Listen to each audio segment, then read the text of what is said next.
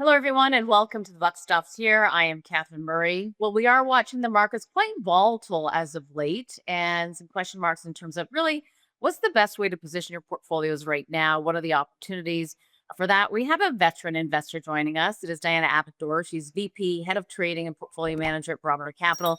Diana, great to have your perspective. And I say veteran, we're in the same, category here.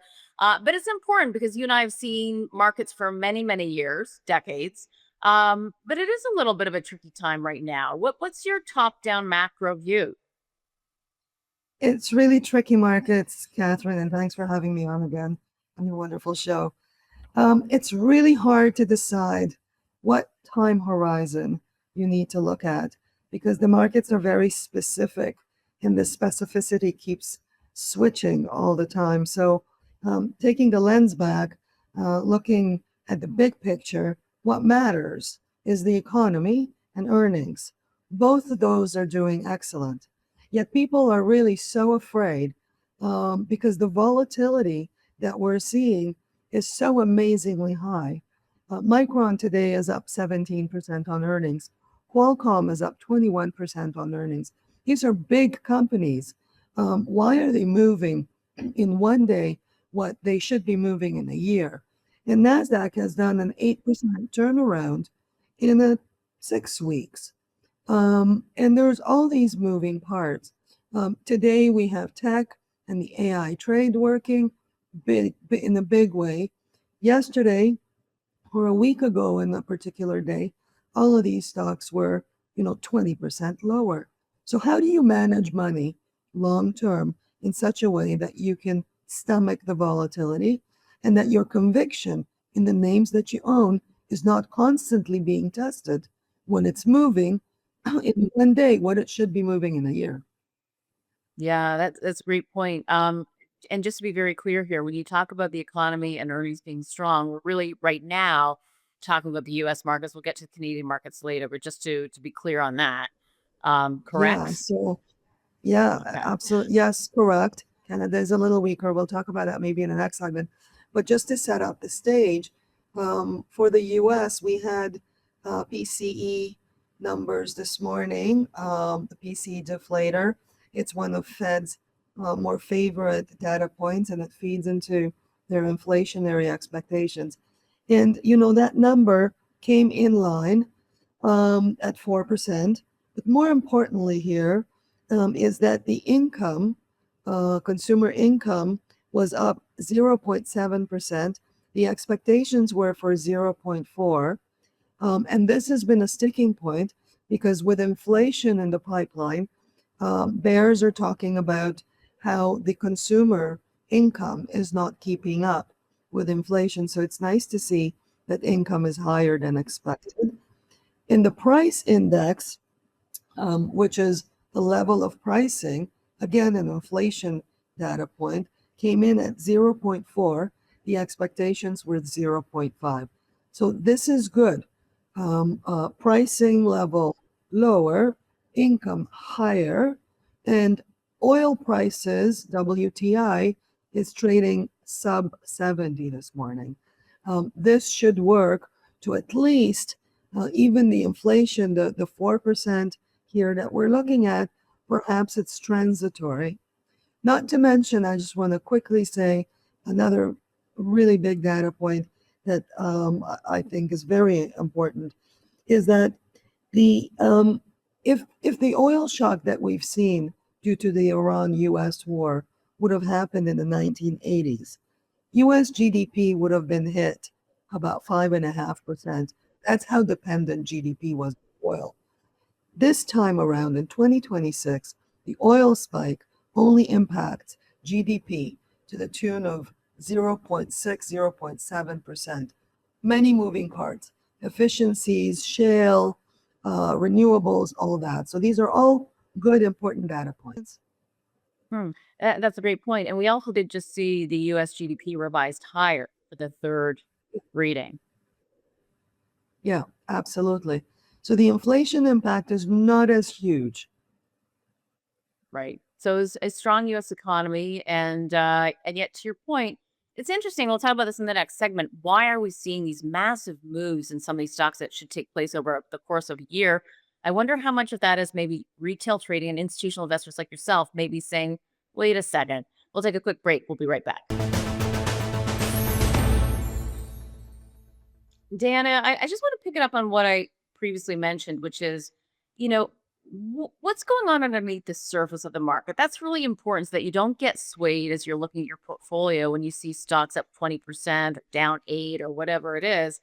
The retail investor is having a larger impact. There's a lot of discussion about this than they ever have in the past. Do you agree with that? I mean, I have had these conversations and people have shown me the data. What do you say?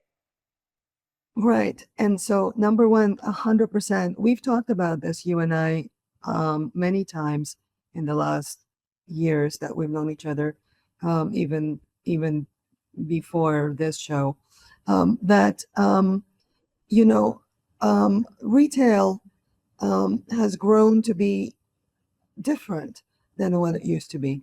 And you and I spoke about the democratization of information. And, when that started happening, and when information hitting your inbox hits within seconds of being out there, so it's fast and it's democratic. Everybody knows everything. It's no longer just the institutions know because of the research desks that cover them, for which they pay commissions, but everybody knows the same information and fast. And then, the trading platforms out there, because of the technology, has become better and better. No longer are only us institutional traders having a Bloomberg and fancy trading systems accessing the market in a speedy way or doing price discovery. Everybody on all other technologies, retail access technology, are very, very advanced. But furthermore, what it led to is retail is no longer small, because what categorizes as retail, they're actually managing large, large pools of money. You could have, retail brokers at, say, bank-owned platforms that are managing, and in the U.S. especially, it could be managing 5, 10, $20 billion, and that's considered retail with access to great information and great platforms. All of a sudden, this retail is what used to be only institutional with that kind of size money. And I think that matters.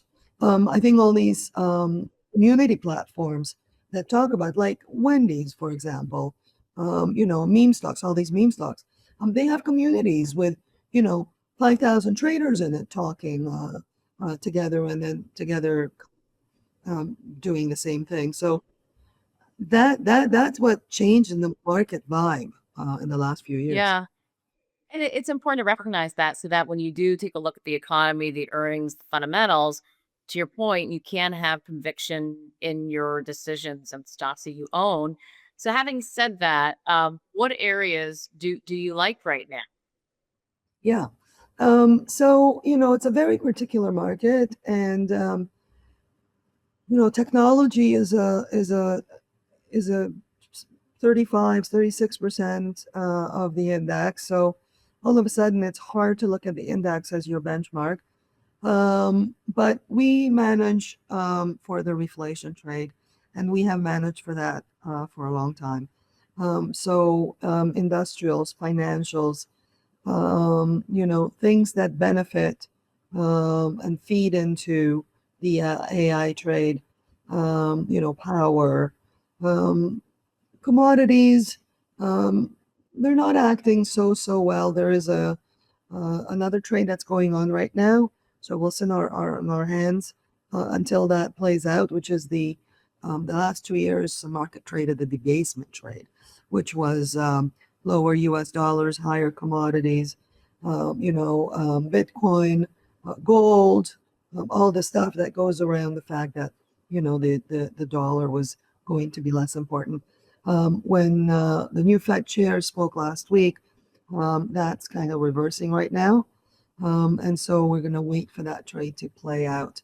The Canadian banks have acted very, very well, and we can talk about later why. But in Canada, names like Celestica, MDA, are all pretty good stuff to look at. Very important is to manage your volatility, I think, at this time. Right.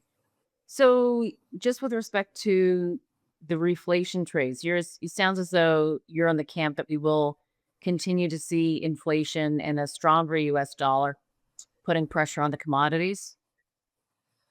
I think that it will be two steps forward, one step back. We'll have to play We'll that. take a quick we'll take a quick break. We'll be right back. Dana, just to pick that up a bit here, two steps forward, one step back as it relates to inflation. And commodities and the balance Okay. and the back and forth that goes on between those two. So 4% inflation, is that a problem? No, not really. If it was going to stay like this, a little bit of inflation is actually good. It prompts purchasing, it lubricates economies, pricing going up. Companies that are able to have pricing power are doing well. Margins expand, earnings go up to keep up with inflation. And so that's actually a much better situation than, say, stagnation, deflation. We as economists do not have tools, nor very good tools to deal with deflation. We have tools to deal with inflation, which is up, down rates, that sort of thing. So that's okay. Commodities, higher commodities feed into inflation. But this inflationary situation that we're seeing right now, I think it's going to ebb and flow for now, because we have oils come down, so that offsets some of the inflationary pressures, even though the connection between that and GDP is not as great as it used to be, but still. And we have the AI revolution going on right now, which, with all its intended and perhaps unintended and unknown consequences, which are maybe social, that's not the scope of our conversation, but that does decrease inflation in the forms of increased productivity. But there are some supply chain bottlenecks right now that we're working through. How are you playing AI and how bullish are you on Very positive on the trend, but it's going to have its hiccups. So let's talk about let's talk about a little bit about the supply demand situation. One of the things that Micron talked about on the call yesterday was their new customer signing for 5 years. They have pricing power, so they highlighted the fact that they had visibility at least 5 years out, and less about the cyclicality of semiconductors. And the supply situation is also such in the whole AI space, that we see all these companies, including small companies like ourselves, and I'm sure you use it in your daily life a lot more than you did a every year day? ago. Every day, right? Me Yep, too. every In day. the banks, imagine the large banks, what kind of efficiencies they're going to derive from all the stuff that they're working through. And one of the problems with the supply in this market is the supply of skilled labor is also a bottleneck. We need our workers to be up to speed on this, coders and whatnot. So it actually works to tell you that this trade could be going on for a very long time. Not to mention the ideological beneficiaries from this. If you're looking at the those that have come lately and what they mean and how come they were able to price it where they have, and the whole concept. There's so much there. So I'm pretty positive on it, and I think that Yeah. there's room to go. But from a Yes. long-term perspective, because I am as well, and we also have to, of course, take into consideration valuations. What stocks are you in that play into the AI trade and or that you could buy today? So, SpaceX came, which was an excellent raise. And then a few days later, they raised another $25 billion in the bond market. Um, the bond, the bond issue for SpaceX, the demand was $90 billion for a $25 billion raise. Wow. Clearly, yeah. And on June the 3rd, I think, Google raised $40 billion, largest ever primary capital raised by a U.S. company. Boeing's $25 billion raise in 24 was a prior record. So the stock Diana market Williams, absorbed. we'll take a quick break. We'll be right back. So, Diana, you were talking about massive bond issuance by U.S. tech companies, easily absorbed or oversubscribed, and that the equity Very market much. was able to handle this. Yes, yes. It really, the stock market absorbed $115 billion worth of paper in less than a 2-week period without blinking. And so, some of the market bears, we were talking about the fact that we like the market here, despite all the volatility that needs to be managed in portfolios. The IPO activity is rising. Some of the bears are pointing to how the IPO activity is rising.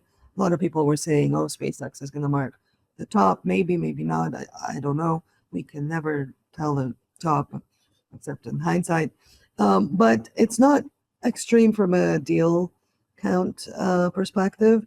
Like just by comparison, in 1999, there were 400 IPOs. Right now, we're counting.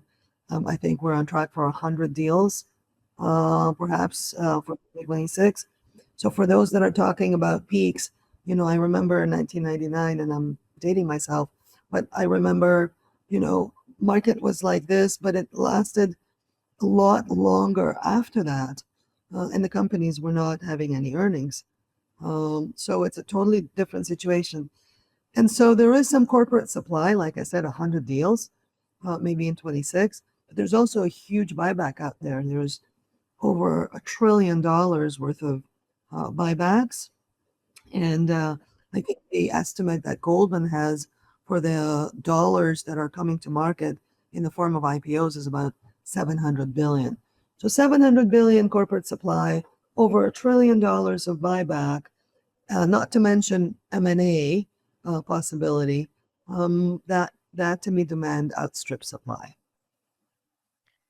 So, in other words, a healthy backdrop. So, bottom line is a healthy backdrop, and the earnings look good. Now that we are talking U.S. there, um, so even though we're seeing this volatility, it sounds as though stay the course in terms of knowing what companies you like. It really does feel like it's become much more of a stock pickers market.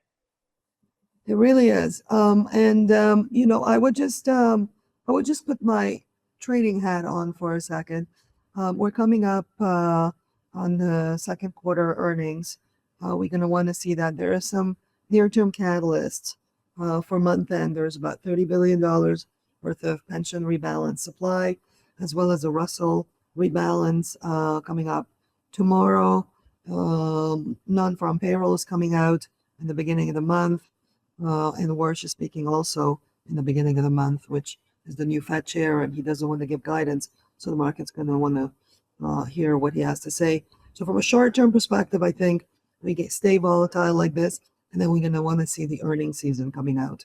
We're expecting about 9-10% out of the U.S.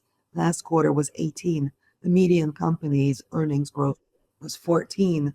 We need to see those. We need to see the data, the macro data come in okay. We need to see that earnings season. And I think for short-term traders, you want to keep your powder dry a little bit. I think there's going to be opportunities to be very careful.